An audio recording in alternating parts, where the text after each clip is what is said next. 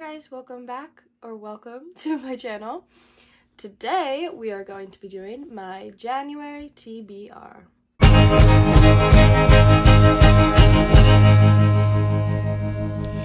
Yeah! So, I didn't want to get too over ambitious, so we're going to do 5 books for my January TBR, and if I read more than that, great. But I also can be a mood reader at times, so I don't want to overwhelm myself with too many set books to read. So, I have 4 books in a stack right here, and then we're going to unwrap one of these, and I'll explain that in just a moment. So first, on my January TBR, I have Cleat Cute by Meryl Wilsner. In the year of 2024, me and my friend Star have decided that we are going to do like a little one-on-one book club, and we're going to read sapphic books.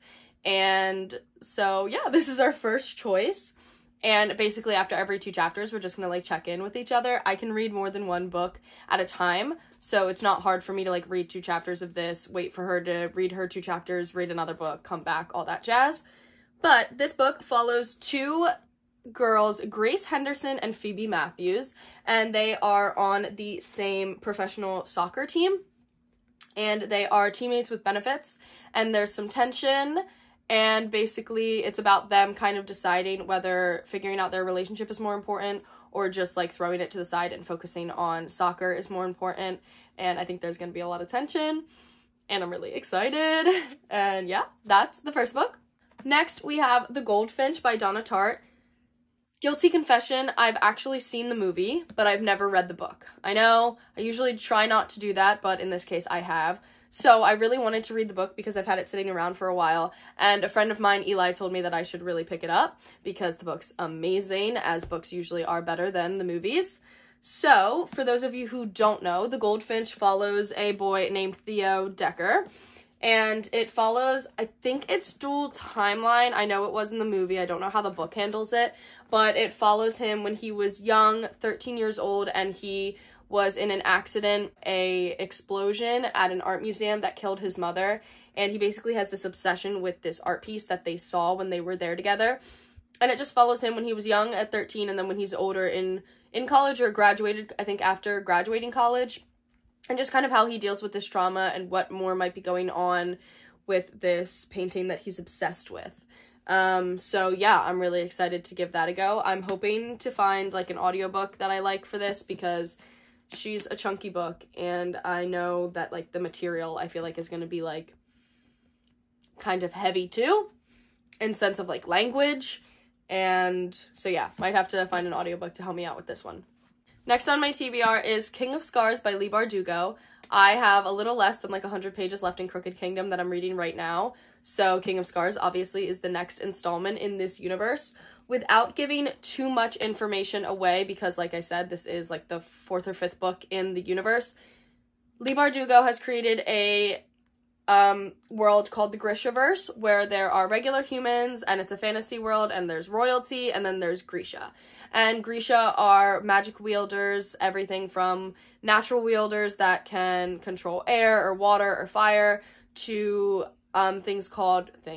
people called heartrenders, which can literally, like, affect your lungs and heart, and even more than that.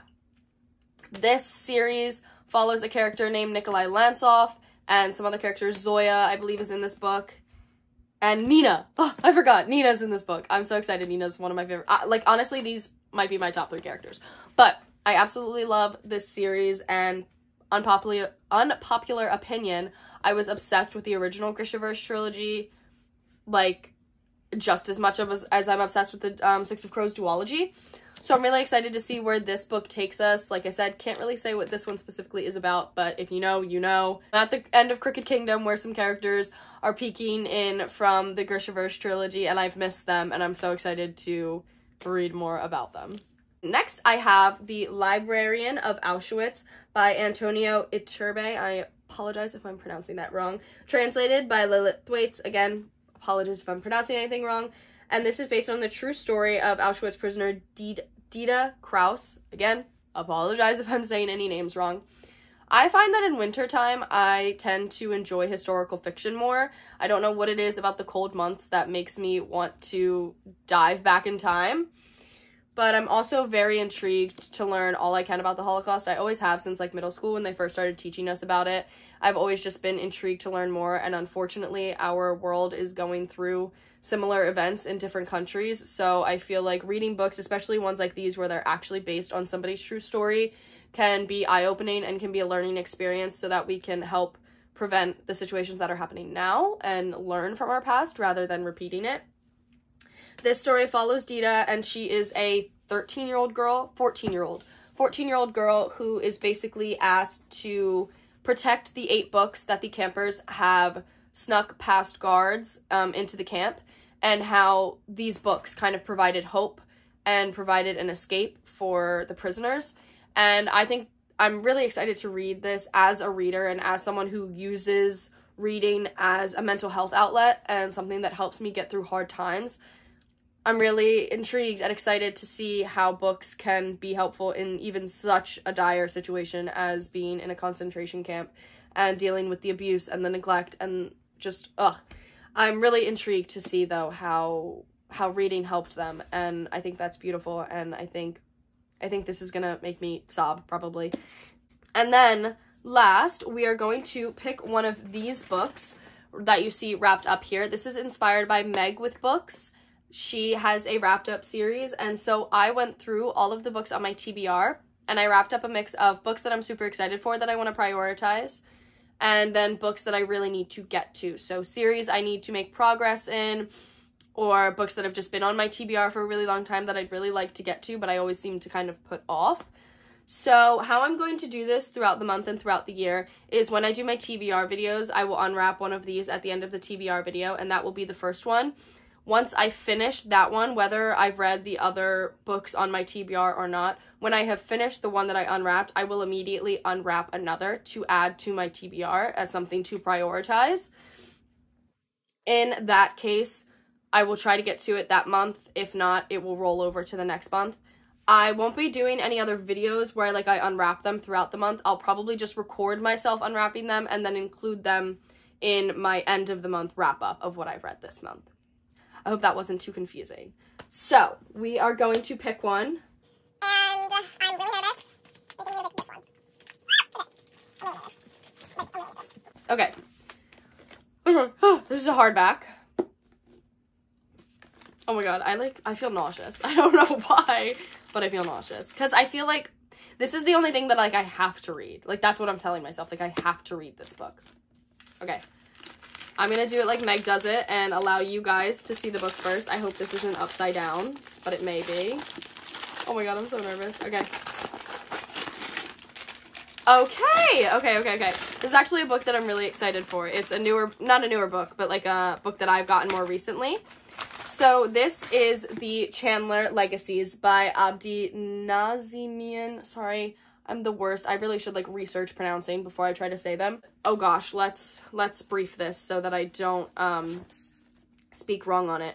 This is Multi-Perspectives, if I'm not mistaken. Let me double check. Yes, okay, it is. So this is Multi-Perspective, which I love a good multi-perspective. I'm eating up Crooked Kingdom right now, but I love multiple perspectives. It just keeps me more intrigued. It keeps me, because I usually pick a favorite character, and then I am excited to get through everybody else's chapters so I can get back to my favorite character's perspective. So this is an Ivy League school, if I'm not mistaken. I am just going to read this because I don't think I'd be able to sum it up properly. Beth Kramer is a townie who returns to her sophomore year after having endured a year of tension with her roommate Sarah. But Sarah Brunson knows there's more to that story.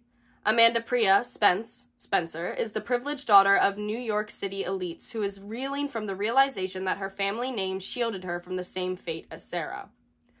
Raman Golafser arrives at Chandler as a transfer student to escape the dangers of being gay in Iran, only to suffer brutal hazing under the guise of tradition in the boys' dorms. And Freddie Bello is the senior who's no longer sure of his future, but knows he has to stand up to his friends after what happened to Raymond. Don't know why I said ramen. At Chandler, the elite boarding school, these 5 teens are brought together in the Circle, a coveted writing group where life-changing friendships are born and secrets are revealed. Their professors tell them to write their truths, but is the truth enough to change the long-standing culture of abuse at Chandler? And can their friendships survive the fallout? So this is a little bit of mystery. Again, a book about writing or a book about books, I eat it up every time. And so this is about writing, and as not only a reader but a writer, I'm really excited to see this, giving, you know, Dead Poets Society, I don't know, other books about writing and reading. If We Were Villains? I haven't read that, but isn't that one about writers? And like a group of writers? Not really sure. But those are my books on my TBR for this month. I'm so excited to get to these books, and let me know in the comments if you've read any of these, which ones you guys loved or didn't love, ones you're excited for me to read, etc.